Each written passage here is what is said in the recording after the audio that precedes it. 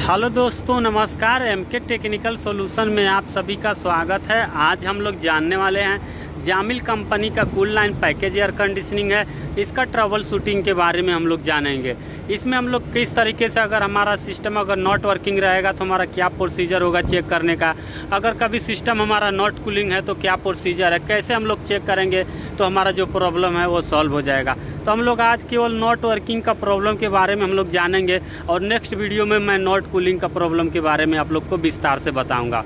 Okay दोस्तों, तो चलिए हम लोग वीडियो को शुरू करते हैं और चेक करते हैं स्टेप बाय स्टेप कि क्या प्रोसीजर रहेगा अगर हमारा सिस्टम नॉट वर्किंग है तो जब हमारा जो सिस्टम जब नॉट वर्किंग रहता है तो उसी टाइम हम लोग को सबसे फर्स्ट थर्मोस्टेट पे जाके चेक करना चाहिए कि हमारा थर्मोस्टेट में पावर आ रहा है। अगर पावर आ रहा है तो हो सकता है कोई वहाँ पे बंद कर दिया होगा, तो भी तो हमारा सिस्टम नॉट वर्किंग में हो जाएगा। अगर वहाँ पे पावर नहीं आ रहा है तो हम लोग को सीधा आउटडोर के पास जाना चाहिए। आउटडोर का जो कंट्रोल पैनल है वहाँ पे ओपन करके अब वहाँ से हम लोग को चेक करना चाहिए। तो अभी मैं आउटडोर पे हम आपको दिखाएंगे किस तरीके से आप लोग चेक करेंगे कि जब आपका सिस्टम नॉट वर्किंग में रहेगा। तो मैं जानता हूँ ये थोड़ा ट्रबल शूटिंग का वीडियो थोड़ा लंबा होने वाला है, लेकिन अगर आप लोग को सीखना है तो वीडियो को लास्ट तक ज़रूर देखें। अगर नहीं सीखना है तो वीडियो को स्किप कर सकते हैं, कोई प्रॉब्लम नहीं है मुझे। हमारा सिस्टम नॉट वर्किंग रहता है तो हम लोग आएंगे, फर्स्ट उसका कंट्रोल पैनल को ओपन कर लेंगे और ओपन करके हम लोग चेक करेंगे। अगर वैसे तो हम लोग देख सकते हैं कि जब हमारा यहाँ पे जो एलईडी है, पावर का एलईडी अगर जलता रहेगा तो यानी कि हमारे जो सिस्टम में पावर है। अगर ये पावर का एलईडी नहीं जल रहा है तब यानी कि हमारे सिस्टम में कुछ ना कुछ प्रॉब्लम है। तो उस प्रॉब्लम को हम लोग चेक करने के लिए हम लोग क्या करेंगे, सबसे फर्स्ट 3 फेज चेक करेंगे। तो 3 फेज चेक कर लेंगे, उसमें पावर आ रहा है कि नहीं। तो दिखा दूँ इस तरीके से आप लोग चेक करेंगे। यहाँ पे 3 फेज यानी कि आपका 3 फेज पावर आ रहा है, बराबर है, और सिस्टम में यहाँ पे 3 फेज पावर आपको मिलेगा। तो यहाँ से कंट्रोल के लिए क्या करते हैं वो लोग, कंट्रोल के लिए यहाँ से एक L1 से पावर लेगा और सीधा हमारा कहाँ पे जाता है, ATV में आएगा। तो हम लोग उसको चेक कर लेंगे। कभी कभी क्या होता है, मान लीजिए यहाँ से केबल निकला और इधर कहीं पे जल गया है तो भी यहाँ पे पावर नहीं जाएगा, तो हमारा सिस्टम ऑफ हो जाएगा। तो उसको हम लोग चेक करने के लिए क्या करेंगे, फर्स्ट हम लोग यहाँ से एक न्यूट्रल लेंगे और क्योंकि सिंगल फेस रहता है तो इसको इनमें भी उसी तरह हम लोग चेक करेंगे। इनमें चेक करेंगे, देखिए इनमें चेक करेंगे तो 220 वोल्ट मिल रहा है। तो इसका ये हमारा जो केबल है ये इन हो गया। बाद में हमको यहाँ से आउटपुट मिलेगा A1 में। तो यहाँ पे हम लोग देखेंगे कि इसमें भी पावर सेम मिलना चाहिए, 220 वोल्ट। तो यहाँ पे भी हम लोग चेक करेंगे तो इस तरह 220 वोल्ट मिलना चाहिए। यानी कि जब अगर इस तरीके से आपका 220 वोल्ट मिलेगा तो ये स्मोक डिटेक्टर के लिए जाता है। तो यानी कि आपका स्मोक डिटेक्टर में कुछ प्रॉब्लम नहीं है, वहाँ से आपको पावर रिटर्न मिलेगा। तो वहाँ से जब पावर रिटर्न मिलेगा तो वो सीधा हमारा कहाँ पे जाता है, यूवीएम में आएगा।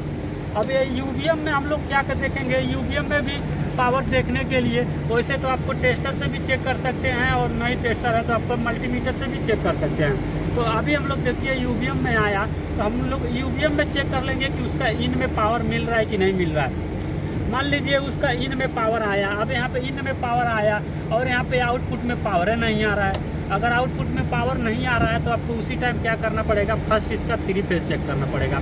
हो सकता है कि आपके यूवीएम में 3 फेज पावर नहीं आ रहा होगा। तो अब हम लोग इसको फर्स्ट, मान लीजिए इसमें पावर नहीं आउटपुट कर रहा है तो हम बता रहे हैं। अगर आउटपुट कर रहा है तो 3 फेज देखने की ज़रूरत नहीं है आपकी, यानी कि सिस्टम में 3 फेज आ रहा है। तो अभी हम लोग इसमें चेक कर लेंगे। मान लीजिए इसमें हमारा पावर नहीं आ रहा था तो हम लोग इस तरीके से 3 फेज इसका यहाँ पे भी चेक कर लेंगे पहले बारी बारी से कि हमारे तीनों फेज यहाँ पे आ रहा है कि नहीं आ रहा है। तो देखिए हमारे यहाँ पे जब चेक कर रहे थे हम लोग तो 3 फेज बराबर मिला। तो उसी टाइम हम लोग इसका आउटपुट में भी चेक कर लेंगे। जैसे इन में देखिए, इन में देख रहे हैं तो 220 वोल्ट बता रहा है, तो उसी तरह हमारा आउटपुट में भी 220 वोल्ट मिलना चाहिए, तभी यानी कि हमारा यूवीएम सही है। अगर नहीं मिलेगा तो यानी कि यूवीएम में हमारा प्रॉब्लम है, या तो यूवीएम खराब हो गया है या तो इसमें फेस रिवर्स हो गया है, तो भी इस तरीके से ये प्रॉब्लम आता है। ये 3 फेज सेफ्टी प्रोटेक्शन के लिए लगाया जाता है यूवीएम को। तो अब हम लोग इसका आउटपुट में चेक कर लेंगे, इस तरीके से चेक करेंगे। तो आप लोग देख सकते हैं कि आउटपुट में चेक कर रहे हैं तो भी हमारा 220 वोल्ट मिल रहा है। तब ये 220 वोल्ट सीधा हमारा कहाँ पे आता है, सीधा हमारा आएगा पीसीबी बोर्ड में। अब पीसीबी बोर्ड में आएगा तो हम लोग पीसीबी बोर्ड का फ्यूज में देखिए, जब यहाँ पे पावर है सीधा यहीं पे आता है, तभी हम लोग फ्यूज का इन में चेक करेंगे पावर मिलता है कि नहीं मिलता है। अब हमारा फ्यूज का अगर इन में पावर मिल रहा है तो आउटपुट में भी पावर सेम मिलना चाहिए। तो अभी देखिए हम लोग आउटपुट पे में चेक कर रहे हैं तो हमारा पावर आ रहा है।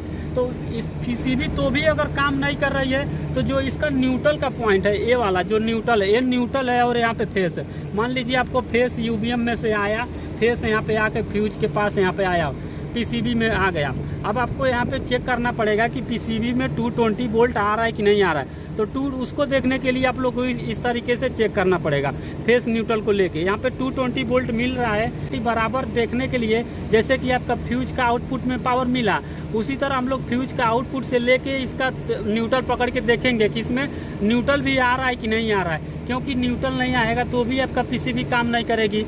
और मान लीजिए यहाँ पे 220 वोल्ट मिला है, ये 220 वोल्ट सीधा हमारा कहाँ पे जाएगा, फर्स्ट ट्रांसफार्मर के लिए जाता है। कभी कभी क्या होता है, मान लीजिए हमारा ट्रांसफार्मर भी जल गया तो भी तो हमको पावर आउटपुट नहीं करेगा। तो हमको क्या करना है, उसी कंडीशन में ये जो जैक है, ये जैक को निकाल लेंगे बाहर और यहाँ से हम लोग फर्स्ट चेक करेंगे कि मान लीजिए हमारा ट्रांसफार्मर को 220 वोल्ट जा रहा है कि नहीं जा रहा है। तो हम लोग यहाँ पे देख सकते हैं, यहाँ पे लगा के इस तरीके से चेक करेंगे 220 वोल्ट जा रहा है, यानी कि हमारे ट्रांसफार्मर में 220 वोल्ट गया है। अगर अभी यहाँ से ये आउटपुट नहीं करेगा तो यानी कि हमारा जो ट्रांसफार्मर खराब हो गया है। तो अगर यहाँ से आउटपुट कर रहा है, उसके बावजूद भी अगर हमारा पीसीबी ऑन नहीं हो रही तो यानी कि हमारे पीसीबी बोर्ड में प्रॉब्लम है।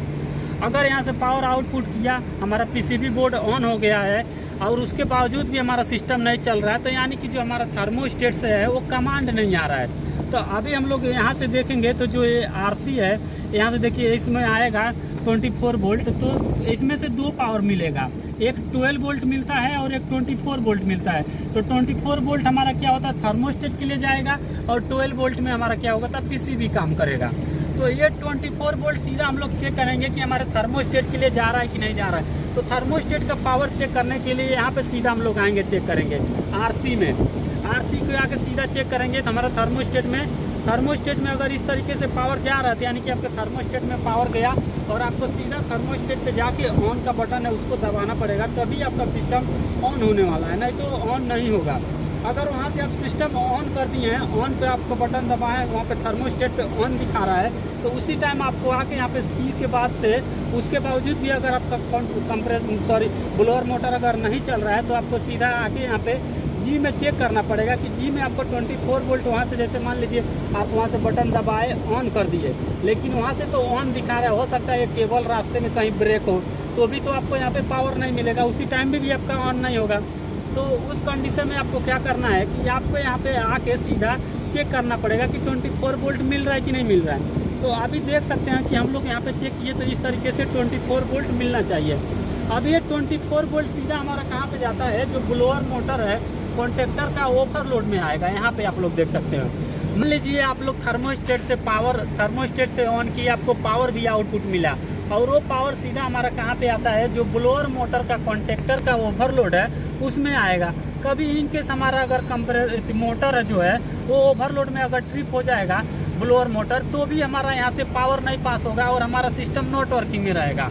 तो हम लोग फर्स्ट इसको हम लोग चेक कर लेंगे। इसको चेक करने के लिए आपको 24 वोल्ट इसमें रहता है, तो इसको देखने के लिए आप लोग इस तरीके से कुछ चेक कर सकते हैं। मैं आपको दिखा रहा हूँ, देखिए इसमें 24 वोल्ट कंट्रोल के लिए है, तो आपको यहाँ पे एक पकड़ना पड़ेगा और यहाँ से सी ले लीजिए, सी इस तरीके से सी पकड़ेंगे और यहाँ पे चेक करेंगे। आपको अगर 24 वोल्ट बताएगा तो यानी कि यहाँ से जो पावर इन हुआ उसी तरह सेम पावर यहाँ पे भी मिलना चाहिए आपको। तो यहाँ पे भी देखिए इस तरीके से पावर मिलेगा।